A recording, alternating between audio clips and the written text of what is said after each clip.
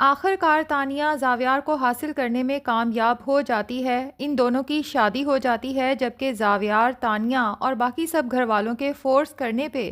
در نایاب کو طلاق دینے پہ رضامند ہو جاتا ہے۔ تانیہ بڑے طریقے سے زاویار کو ٹریپ کرتی ہے۔ پہلے تو زاویار سے کہتی ہے کہ اب لوگ باتیں بنانے لگے ہیں، میں سوچ رہی ہوں کہ اس گھر سے چلی جاؤں، جس پہ زاویار تانیہ کو سمجھاتا ہے کہ تمہیں لوگوں کی بات کی پرواہ کرنے کی ضرورت نہیں ہے، کیونکہ تم اس گھر کا فرد ہو باقی سب گھر والوں کی طرح۔ تانیہ کہتی ہے زاویار یہ سب تو محض کہنے کی باتیں ہیں، ورنہ تم بھی اچھے سے جانتے ہو کہ میں اس گھر کا فرد نہیں ہوں، اس لیے مزید اب میں یہاں نہیں رہ سکتی۔ زاویار سوچتا ہے کہ تانیہ کی تو ماں بھی نہیں ہے اور جنید بھی اسے طلاق دے چکا ہے، تو وہ بیچاری اکیلی کہاں رہے گی، جبکہ دوسری طرف تانیہ کے ماں باپ اسے کنونس کر رہے ہیں تانیہ کے ساتھ شادی کے لیے۔ تو زاویار تانیہ سے کہتا ہے کہ تم میری منگیتر کی حیثیت سے تو اس گھر میں رہ سکتی ہو نا۔ اب تانیہ اپنی انگیجمنٹ پہ بہت خوش ہوتی ہے، لیکن غضنفر، نگار اور تانیہ سبھی یہ نوٹ کرتے ہیں کہ زاویار کے چہرے پہ خوشی کا شائبہ تک نہیں ہے۔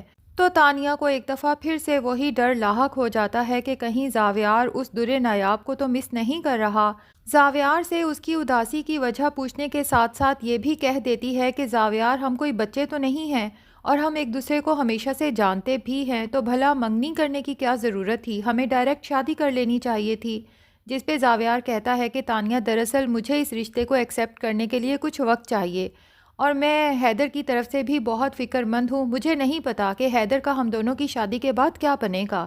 جس پہ تانیہ زاویار سے جھوٹے وعدے کرتے ہوئے کہتی ہے کہ تم حیدر کے لیے کیوں پریشان ہو، حیدر اگر تمہارا بیٹا ہے تو میرا بھی ہے،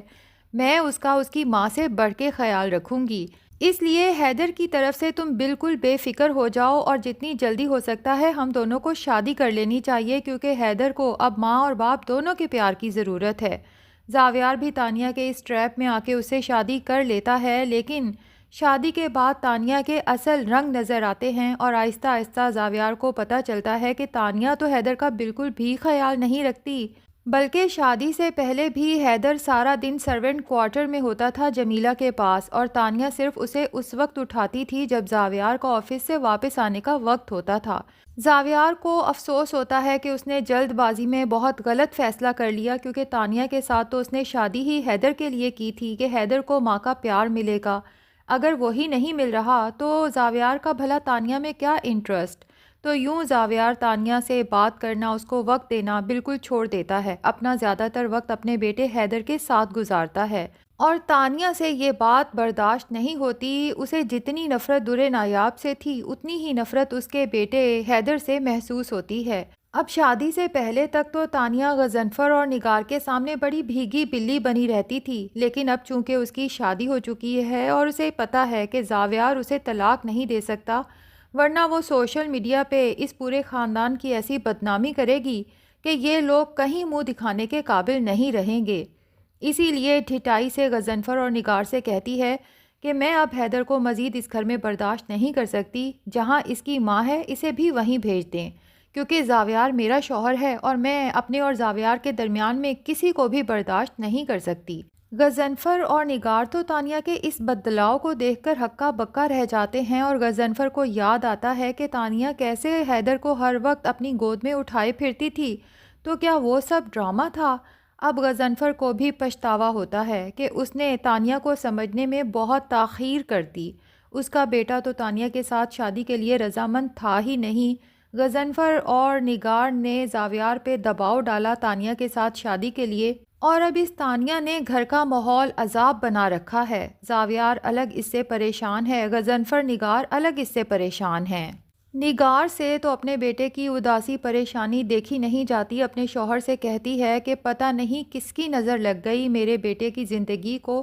اب تو جیسے اس نے ہنسنا مسکرانا بالکل ہی چھوڑ دیا ہے، کسی بات پہ بھی خوش ہی نہیں ہوتا، اور تانیہ کو بھی یہی شکایت ہے کہ وہ اس سے کھچا کھچا سا رہتا ہے۔ اور سب سے زیادہ تو میں تانیہ کو دیکھ کے حیران ہوں، وہ تو بالکل ہی ایک مختلف شخصیت بن چکی ہے، یہ تو وہ تانیہ لگتی ہی نہیں جو زاویار سے شادی سے پہلے تھی۔ میں نے کبھی سوچا بھی نہیں تھا کہ تانیہ اتنی موڈی اور سیلفش لڑکی نکلے گی۔ اب غضنفر اور نگار کو تھوڑا تھوڑا احساس ہونے لگا ہے کہ ان کا بیٹا جنید بالکل ٹھیک کہتا تھا کہ تانیہ وہ نہیں ہے جو آپ کو نظر آتی ہے، میں اسے کیسے برداشت کر رہا ہوں یہ صرف میں اور میرا خدا جانتا ہے۔ اور اب انہیں یہ بھی احساس ہوتا ہے کہ جب زاویار کی در نایاب سے شادی ہوئی تھی تو وہ کتنا خوش رہنے لگا تھا۔ در نایاب کیا زاویار کی زندگی سے گئی، زاویار کی زندگی سے تو جیسے ساری خوشیاں ہی روٹھ گئیں۔ دوسری طرف در نایاب جو پہلے تو زاویار سے طلاق نہیں چاہتی تھی، لیکن اب جب تانیہ اور زاویار کی شادی کا پتہ چل چکا ہے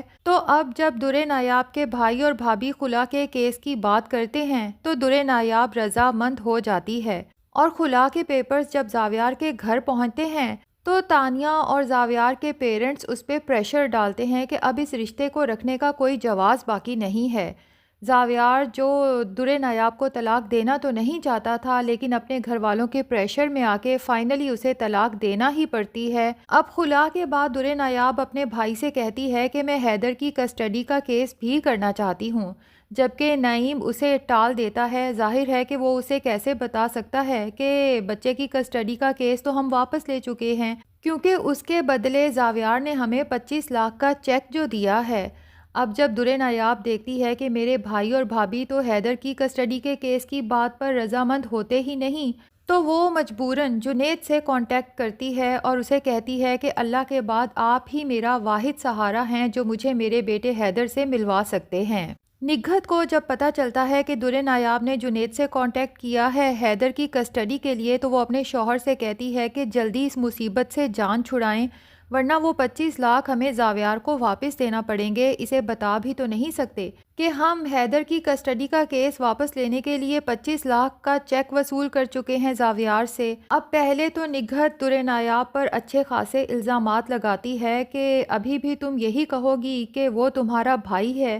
اگر بھائی ہے تو تم آدھی آدھی رات کو اس کے ساتھ باتیں کیوں کرتی ہو؟ اس لیے اس سے موبائل ہی لے لیتی ہے اور پھر اپنے شوہر سے کہتی ہے کہ جلدی اس مصیبت سے جان چھڑائیں، اگر آپ اجازت دیں تو میں اس کے رشتے کی بات چلاؤں۔ اور پھر بتاتی ہے کہ پڑوس میں جو اس کی دوست رہتی ہے اس کی جیٹھانی فوت ہو گئی ہے اور پیچھے 4 بچے بھی چھوڑ گئی ہے۔ جیٹھ کی عمر بھی کوئی زیادہ نہیں ہے، بس زیادہ سے زیادہ 50-55 کا ہوگا۔ نعیم کو تو یہ رشتہ در نایاب کے لیے بہت معقول معلوم ہوتا ہے اور وہ کہتا ہے کہ ظاہر ہے طلاق یافتہ اور ایک بچے کی ماں کے ساتھ اور کون شادی کرے گا، تم وہیں اس کی شادی کی بات چلاؤ۔ جبکہ در نایاب اپنے بھائی اور بھابھی کی یہ باتیں سن لیتی ہے، وہ تو بہت پریشان ہو جاتی ہے، اللہ سے رو رو کے دعا کرتی ہے کہ یا اللہ مجھے اس مشکل سے نکال، میرے اندر اب مزید مصیبتیں برداشت کرنے کی ہمت نہیں ہے۔ اور لگتا ہے کہ در نایاب کی دعائیں سنی گئی ہیں، کیونکہ جنید در نایاب کے گھر آ جاتا ہے۔ در نایاب تو جنید کو یوں اچانک اپنے گھر پہ دیکھ کے پریشان ہو جاتی ہے اور اسے کہتی ہے کہ آپ کو یہاں نہیں آنا چاہیے تھا، سب لوگ بہت تماشا بنائیں گے۔ لیکن جنید کہتا ہے کہ میں تمہارے بھائی اور بھابھی سے ضروری بات کرنے آیا ہوں۔ در نایاب کہتی ہے کہ پلیز آپ کوئی بات نہ کریں، پہلے ہی گھر میں کوہرام مچا ہوا ہے، میرے اوپر پہلے ہی بہت الزامات لگ رہے ہیں۔ لیکن جنید بھی جانے سے صاف انکار کر دیتا ہے اور یہ شور سنتے ہوئے نگہت اور نعیم بھی باہر کی طرف آتے ہیں۔ جنید کو سامنے دیکھ کر دونوں ہی شروع ہو جاتے ہیں۔ نگہت تو جنید سے کہتی ہے کہ تم یہاں کیوں آئے، جبکہ نعیم آگے بڑھ کے جنید کا گریبان پکڑ لیتا ہے اور کہتا ہے کہ تمہاری جرت کیسے ہوئی یہاں آنے کی۔ اب جب در نایاب اپنے بھائی کو جنید کے ساتھ یہ مس بیہیو کرتے دیکھتی ہے تو فوراً اس کا گریبان اپنے بھائی کے ہاتھوں سے چھڑاتی ہے اور اپنے بھائی کو سمجھاتی ہے کہ بھائی اس کی حالت تو دیکھیں۔ تو ناظرین لگتا یہی ہے کہ جنید اب در نایاب کے بھائی اور بھابھی سے نایاب کا ہاتھ مانگے گا، کیونکہ جنید کو بھی احساس ہو چکا ہے کہ در نایاب کے ساتھ اس کے بھائی اور بھابھی کوئی اچھا سلوک نہیں کر رہے، اور ویسے بھی دونوں ایک دوسرے کے ساتھ بدنام تو ہو ہی چکے ہیں، تو نکاح کرنے میں کیا حرج ہے۔ تو ناظرین کیا خیال ہے، کیا جنید در نایاب کے ساتھ نکاح کرے گا یا نہیں؟ کمنٹ سیکشن میں اپنی رائے کا اظہار ضرور کریں، اور اگر ہمارے چینل پہ نئے ہیں تو پلیز چینل کو بھی سبسکرائب کر لیں۔